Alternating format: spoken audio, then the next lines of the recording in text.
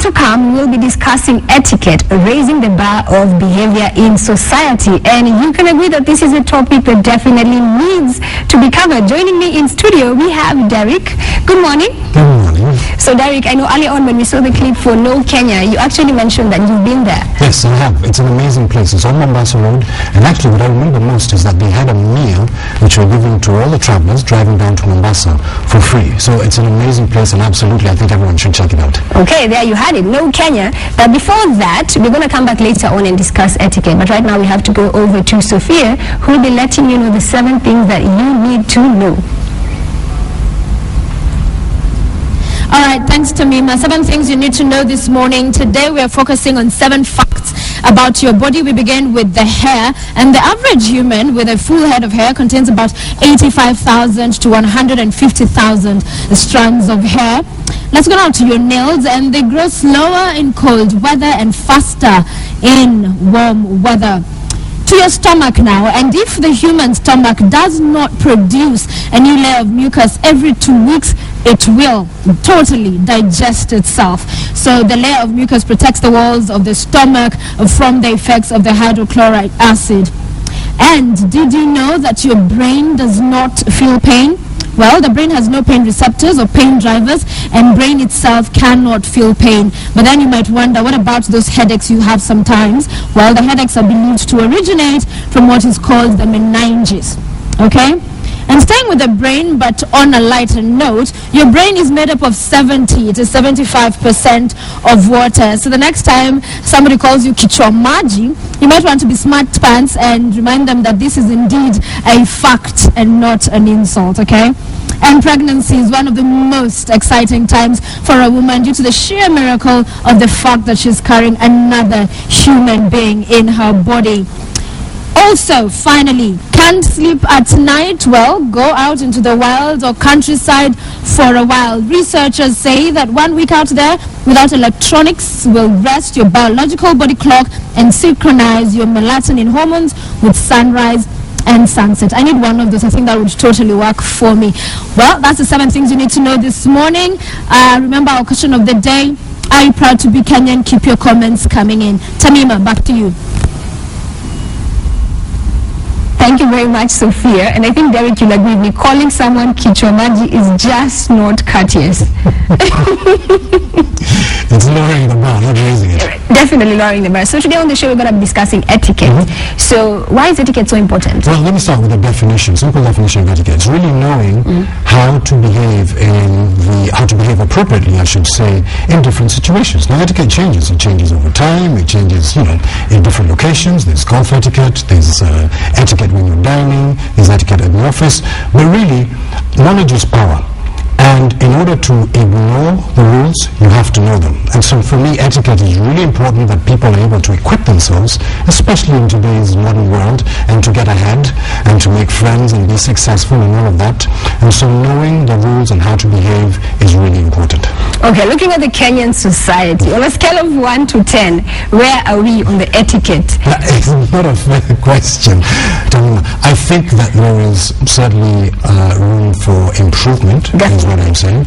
And a lot of this comes from just a casual observation of how men treat women in society, how we as men behave towards our ladies, whether ladies act like ladies. And I think there has been overall a gradual, what I call coarsening, in terms of people's behavior towards one another. Etiquette, good manners, they're ageless, they're classless, they're priceless. Everybody should have them, and everybody should use them. And what would you say to that person who's probably thinking, that's just something for the rich guys, that's just something for the muzungu, so to speak? I certainly don't believe that. I don't think this is anything to do with a particular society. I don't think this is anything to do with behaving like a muzungu. It's really about how you would like to be treated, regardless of where you come from. Okay, and for anyone who's watching, I just wanted to understand how important it is, especially in the corporate world. Yes, well, the corporate world is a minefield. I mean, there's so many things that you may be doing that may be holding you back. There's a term that I love to use, career-limiting moves. Everybody is technically adept. Now, when I say everybody, I mean a lot of people are technically, they're able to do their jobs. Academically, they're qualified. But I can tell you this for a fact. The people who rise to success, especially in the corporate world, are the people who are able to master some of these soft skills like etiquette, like emotional intelligence. It has become the factor for success, the deciding factor for success in business today. Okay, and I'm sure everyone who's watching wants to be successful. So we are going to take them through some general tips on etiquette.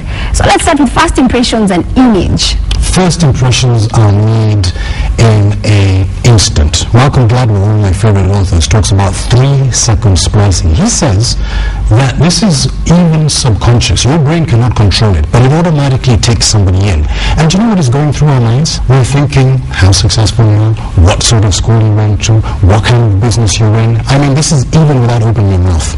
There's also a great statistic that I love to quote, where 55% of my judging in the first impression is based on the visual. That's how we think. That's what our brains see. Our eyes take somebody in, and we're already making judgments. Remember, it could be subconscious. It doesn't have to be conscious. 38% is the voice, and only 7% is what you say. Now think about that. It is not what you say, it is how you say it. So first impressions are all important. In fact, they say if you make a negative first impression, you have to meet someone anywhere from an additional 8 to 21 times to overcome that negative first impression. So you want to start off those blocks. If the analogy, if you want to use the example of a race, you want to start that race not 20 yards behind everybody else. Not even on the same starting blocks, but if you can give yourself another 5 extra meters, will that help you win the race? Most definitely. Yes. And still on image, and I think for a lot of people who are looking for employment, when you go for a job, how are you supposed to dress? Because right now I see people walking around in denim. Jeans are more or less a staple of what Kenyans wear everywhere, even to events, weddings. Like there's really no rule. It's just like I'll put on my jeans and I'm good to go. You know, there's a scale in terms of dressing. Now, of course, at the top there you have, complete business suit, maybe even black tie. Jeans are at the bottom of that list of dressing. Jeans are not uniform, and dress for how you want to be addressed.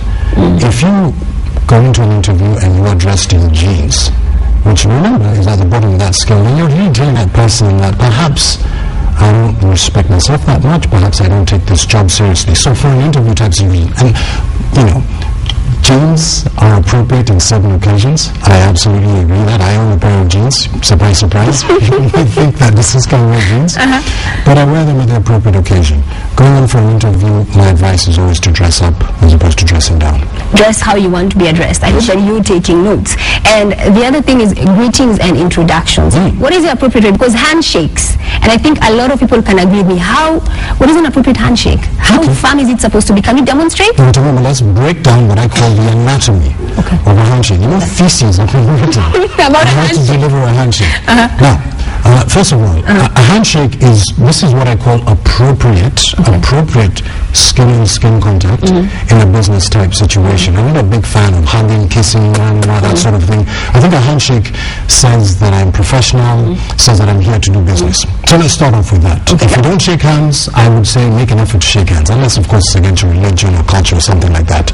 Now, what about the guys who do this? I've met people and they say hi to you like this. Isn't this the worst? Somebody giving you 2 fingers? I mean, what is this? What is you didn't want to shake your hand? So it needs to be like this. You didn't shake my hand. In fact, the webbing, this is the webbing.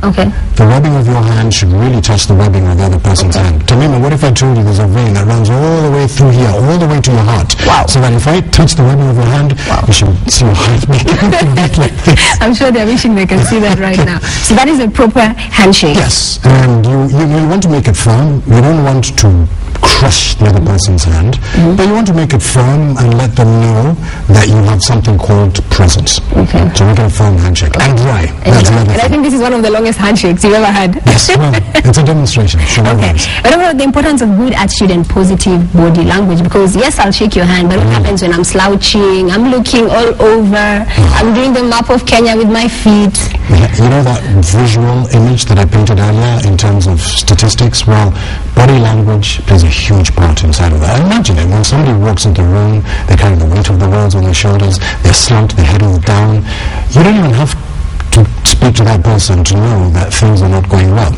What you want to do is you want to cultivate positive body language. So standing up, increasing your size, pulling back your shoulders. I hope they're watching this. You see what you're doing. In fact, there are 2 hormones flowing through our body: testosterone and cortisol.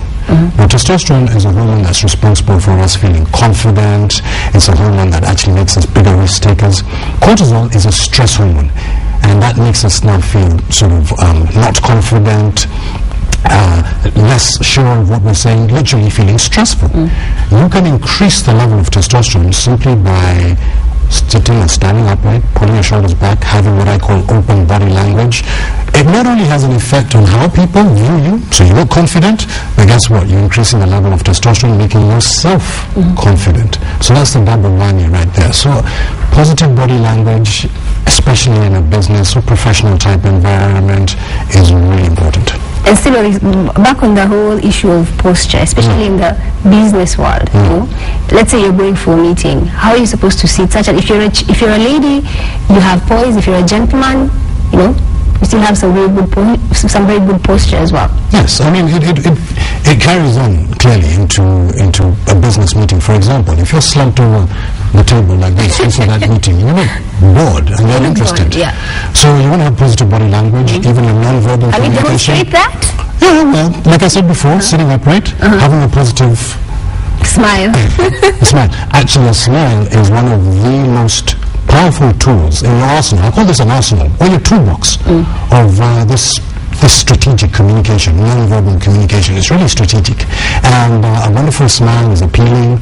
It makes you look actually more likable. It makes you look more trustworthy. It makes you look more knowledgeable. And it's a genuine smile. And earlier on we were discussing, and you were actually telling me that there is actually a correct way to smile. You just don't smile. There is a correct way to smile as well. Let me just leave it at this. If the smile is genuine, then that is the correct smile. Now, I'm not talking about being a laughing idiot 24/7, but unleashing that smile, that wonderful smile, in most professional situations actually has a positive effect. So the smile cannot be overemphasized. Okay. And now, in a more relaxed setting, let's say I'm hosting people over at an event. How am I supposed to behave as a host? Okay, well, as a host, graciousness needs to be your calling card. And you need to think, this whole thing about etiquette and good manners is really about thinking, putting yourself in another person's shoes, thinking about what the other person's needs are. So, hosting somebody, you're hosting somebody at a restaurant, for example. So you bring a client over, you bring your date over, for example. Put them in the seat that is going to be less likely for them to get bumped by the waiter, or is going to be facing the room so they have a good view of the room. Don't put yourself in the seat where you've got one eye on the telly watching the football game. You know, just simple things like that. You've got to think of the other person's needs. Literally think about the other person before you think of yourself. And I read somewhere that if I'm hosting, I should be the last person to eat. Serve your guest first, then eat last. Yes, well, I think there's something to that. In other words, making sure that your guest is comfortable, making sure that they're enjoying the wine or they're enjoying their food before you go ahead and eat. Really, some of these things are also a little bit of common sense. And you just have to, like I said, just use your best sense and just make sure that if your guest feels that they are appreciated. That's what we want at the end of the day.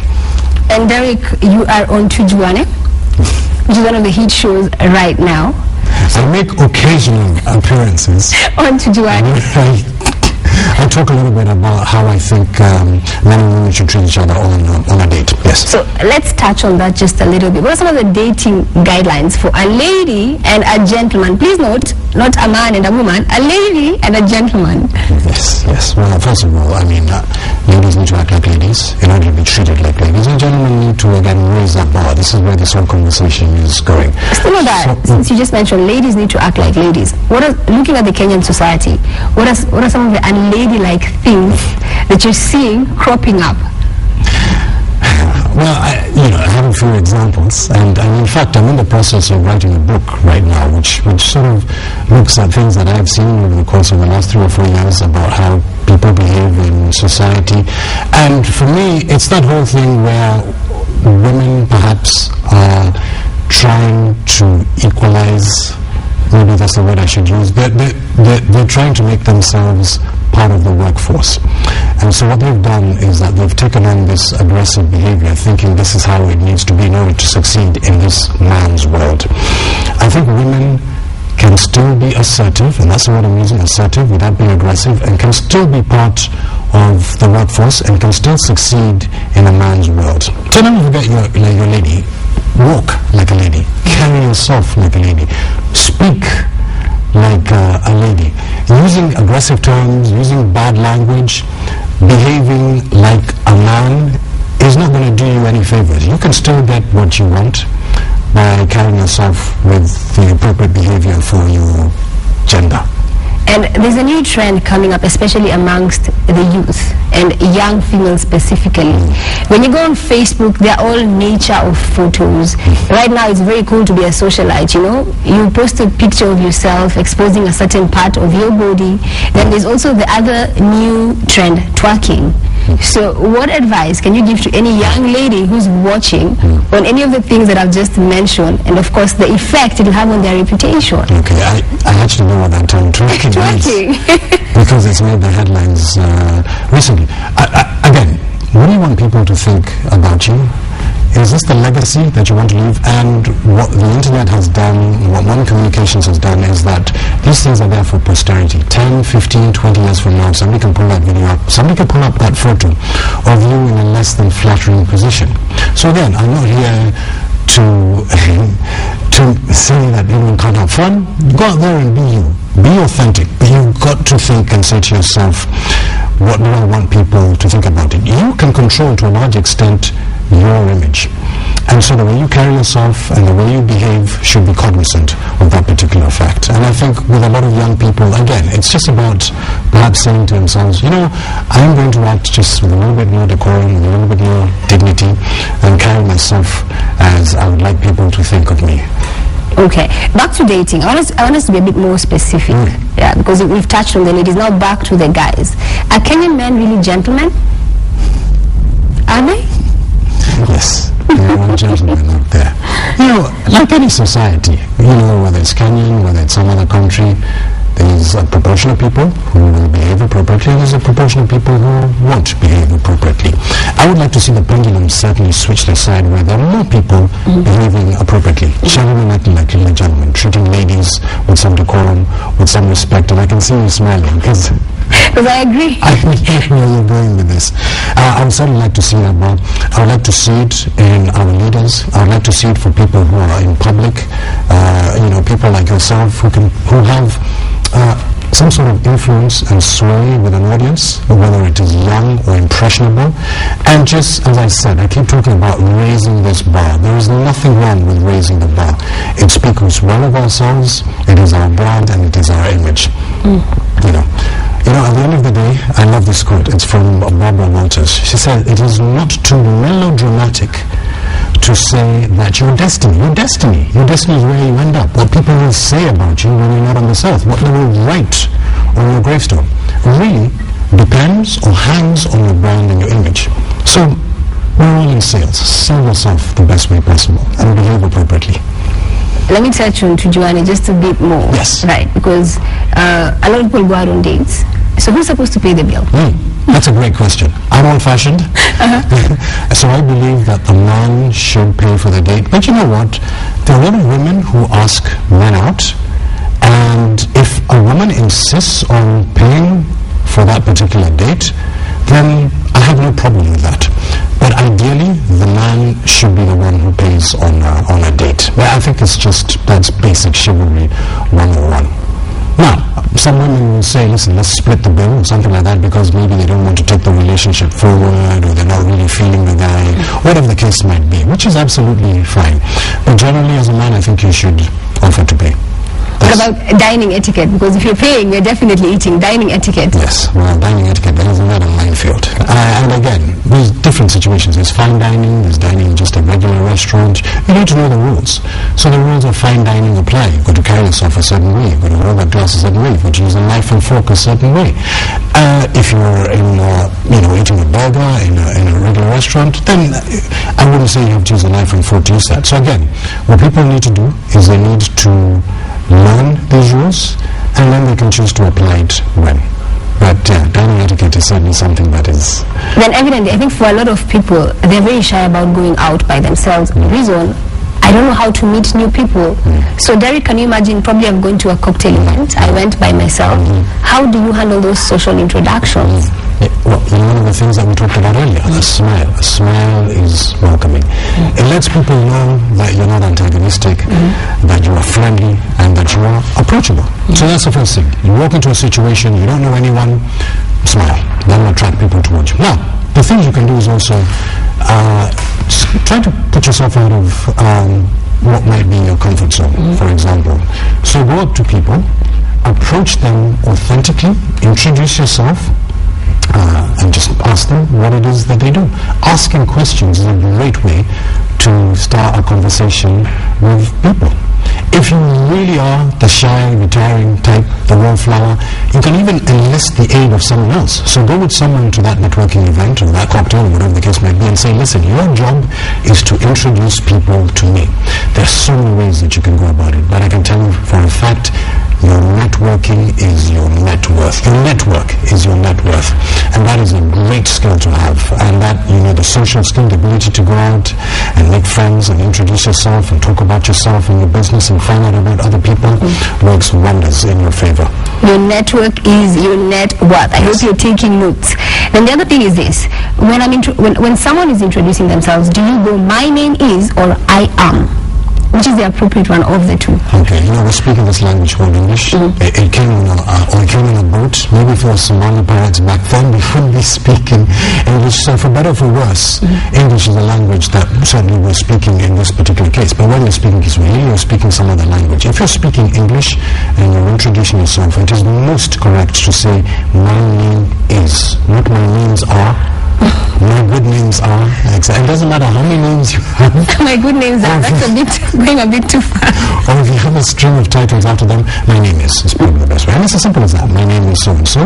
You just go on with the rest of the conversation. Now, back to the general society. What are some of the points in general etiquette that we can definitely improve upon as Kenyans? Okay, well, to me, it's just simply being aware of the people around you. If you're at a lift, for example, just a simple act of letting people get on or get off first is a simple courtesy that goes a long way. When you're walking in the street, if you have headphones on, your head is down, you're not paying attention to where people are walking, something as simple as that. Being aware that this street doesn't belong to you. It also belongs to other people who work on the street. And so if you have your headphones on and you're not paying attention, then you're really giving people the wrong impression. Simple acts. Holding open a door when you're walking into an office or a restaurant or something like that, and there's a lady coming, if you're a gentleman. Just the simple acts. This is nothing too big. It is nothing too revolutionary. It's about saying to yourself, I'm going to think of the other person before I think of myself. If you're on public transportation, again, maybe letting the ladies... that's the funny thing. I remember when I was growing up, back when we had the buses, back then, if an old lady walked in, you'd see someone actually standing up and letting the older person sit down. But nowadays, there's this assumption like, why did you get into the matatu? You saw it's full. Yes. So everyone just looks away. In fact, they look away very awkwardly. Yes. I think it's become a little bit of me society, and it's a dog-eat-dog world, and if I don't take care of me, nobody else is taking care of me. Me is number one. And I think we need to start, as I said, sort of thinking about, well, maybe somebody else should be number one for a change, and not me. So simple acts like that, everything from, opening car doors. I know some of these things may seem a little anachronistic, but chivalry is not dead, no matter how much we're trying to drive a stake into it. Okay, then we've discussed how to introduce yourself. What about how to address others, especially when they're your superiors? Okay, again, if you're talking to a boss or you're talking to somebody senior, just a modicum of respect in terms of how you would talk to other people. I think you've got to look at the situation. Remember I talked about etiquette behaving appropriately? Now, if you're in a situation where you're talking to your boss or you're talking to senior people in an organization, then you can't talk to them like you're talking to your colleagues or your peers. Yes, otherwise they'll go, that doesn't make any sense. That's not doing any favor. So it's the act of thinking about, all right, I'm in a situation, perhaps I need to behave just a little bit more appropriately. Still on etiquette, let's check out this next video that Derek and I are going to discuss once you take a look at it. How to practice good cubicle etiquette. Being a good neighbor is just as important in the office as it is at home. You will need a cubicle, nearby cubicle dwellers, and some common sense. Step 1. Noise from neighboring cubicles is the #1 complaint of the officeless, so keep your voice down. Step 2. Attend to personal needs like fixing wedgies, picking tuna out of your teeth, and clipping nails in a more appropriate venue, like the restroom. Keep your shoes on. Even if your tootsies smell sweet, bare or stocking feet aren't appropriate in a professional setting. Step 3. Make personal phone calls outside or in a vacant room with a door you can close. Nobody wants to hear you leaving messages for your cat. Be deaf to your colleagues' personal conversations. Don't reference anything you overheard, and for heaven's sake, don't throw in your 2 cents. Step 4. If you eat at your desk, make sure your meal doesn't include anything offensive or strong-smelling. Did you know? About 40 million people work in cubicles, and in 2001, the average worker had 355 square feet of office space. There you have it, a funny video without a doubt, but there are lessons to be learned from that. And the first thing, mobile phones in the workplace. Mobile phones, the bane of our existence. I think even everyone, not just the workplace, mobile phones. Can you imagine life without a mobile phone? I mean, think about 24 hours without your phone. You feel like your limb has been amputated. But guess what? That mobile phone has undoubtedly changed our lives, whether it's socially or professionally. But what it has done, it has made us lose this sort of face-to-face interaction. And so, your standard meeting with someone, somebody takes their mobile phones up, puts it on the table. I'm having a conversation with you, and then you're busy on the turn phone and look and see whether that phone is blinking or bleeping or flashing. I think we need to start exercising a level of discipline when it comes to mobile phones. Nobody is that important unless you're, I don't know, the president or a heart surgeon. I can't even imagine that I cannot sit and have a conversation with you for 15, 20 minutes, half an hour without having a phone on the table. Now, there are emergencies, for sure. There's always exceptions to the rule, but in my mind, putting a phone out of sight, putting it on silent, turning it off, removing it from sight would be the way to have a conversation with you, whether this conversation is professional or personal or otherwise. If the phone then rings, or it comes in, I let you know that I'm expecting a phone call is coming in, excuse myself, have that conversation quickly and quietly, using your phone voice. I like that, because in that video, they brought up the point that right now office spaces are much smaller, so you'll find more people in a smaller space. Then you always have that character who, it doesn't matter who they're talking to, they'll always pick up the phone call and they're busy shouting. You get to hear their business, and a lot of Kenyans actually do this. Yes, somebody you can be in a matatu from Thika to Nairobi, and you have heard that person's entire life history over the music. That's how loud they're speaking. So I think we need to, like I said, exercise a little bit of discipline. And you talked about the office. The open plan office has become really common. And so you've got to be aware that whatever you're doing is affecting the person sitting across from you or opposite you. And phone conversations, personal conversations are one of the things that I would say have a little less of. Or if you're going to have a personal conversation, do it in private. And on social media, etiquette on social media, Facebook, Twitter, WhatsApp. When I run these courses with a lot of my clients, we spend quite a bit of time on social media and how people should behave. Because social media, for better or for worse, has now become a part of our lives. How you behave online, you are always on show, whether it is offline or online. So whatever comments you post on Twitter or Facebook is actually an extension of your brand or your image.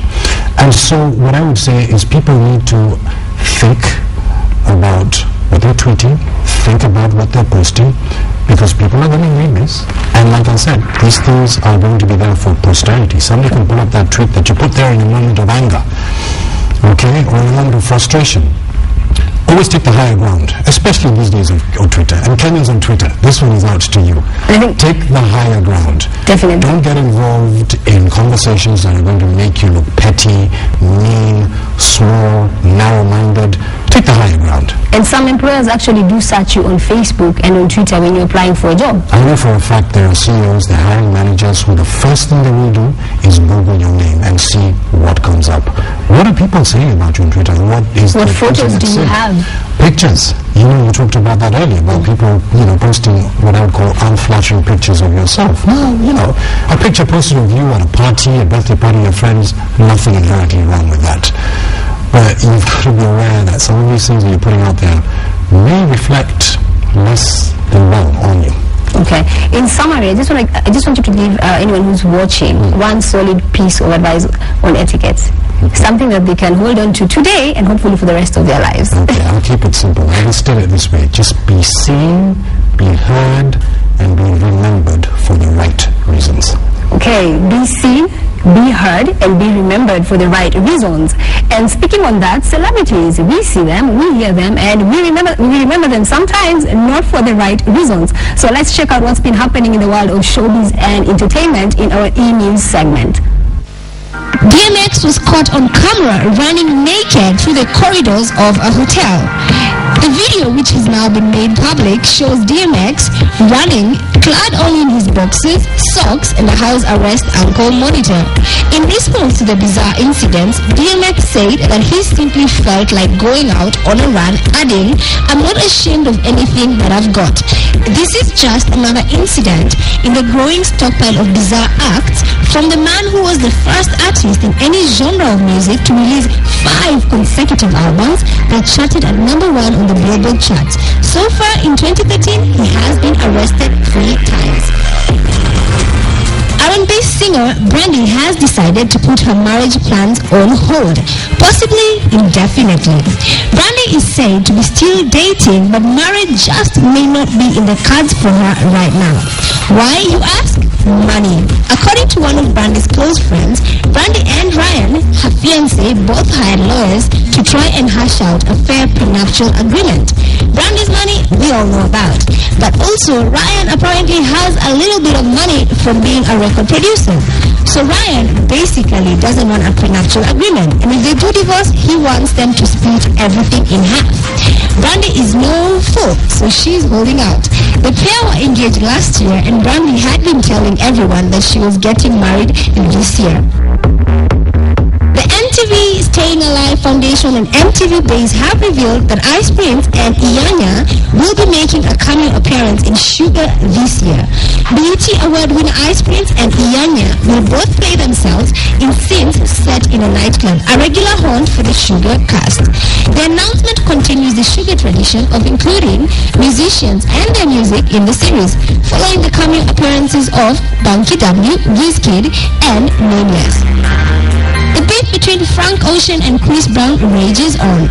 This past weekend, images of Frank Ocean wearing a t-shirt that had Chris Brown's face on it and the caption, "Wanted, Stop Domestic Violence," surfaced online. The shot was a not-so-subtle jab at Chris Brown and his assault of then-girlfriend Rihanna back in 2009. There is no word yet from Chris Brown, but we're sure he will definitely respond.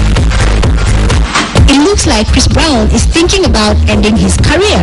On his Twitter account, Breezy said he was tired of being known for his teenage mistake, referring to the Rihanna episode. Earlier on, he had said that his upcoming album would be his last one. He tweeted, "Being famous is amazing when it's for your music and talent. I'm tired of being famous for a mistake I made when I was 18. I'm cool and I'm over it."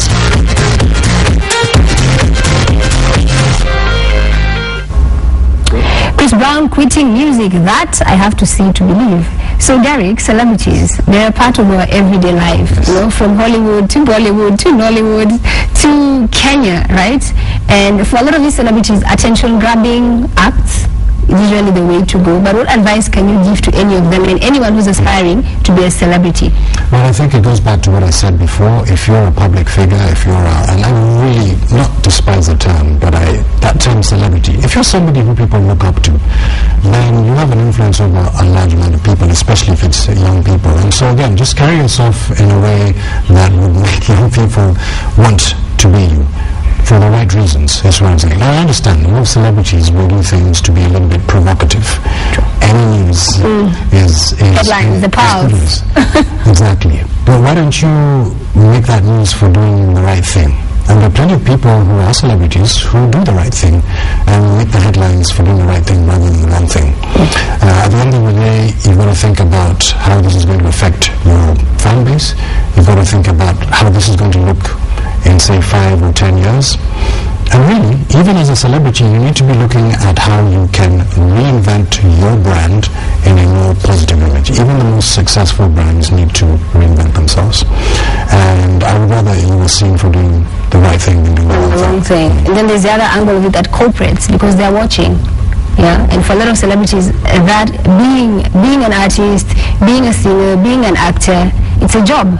I mean, the repercussions are huge if you are seen doing something in the wrong light, and like you said, possible loss of money from endorsements, even in terms of work. And we've seen it here, we've seen it internationally, where people have gone and they've done something wrong and it has had a detrimental effect on their career. So, you know, just try to put yourself in a positive light at all times and carry yourself with a little bit of dignity, especially when you have influence on young people. I'll leave it at that. Okay, thank you very much, Derek, for joining us on the Morning Express. I certainly have learned a lot this morning, and I hope that you have as well. Just to check out what you're saying on social media, someone needs a very informative conversation. We have Shiro at Shiro. She's saying, Derek, how can I contact you in case I want to follow up beyond this interview? Well, I can give my image address, my public image address, because I'm the MD of a company called Public Image. So she can get in touch with me via email at info@publicimageafrica.com. So publicimageafrica.com, that's one word. info@publicimageafrica.com. Someone else here is saying, thank you very much, Tamima and Derek, for that information. I'll definitely be using it. And someone's saying that we need to go teach the people on Tujuane about etiquette. Okay, so right now we're going to hand over back to Sophia.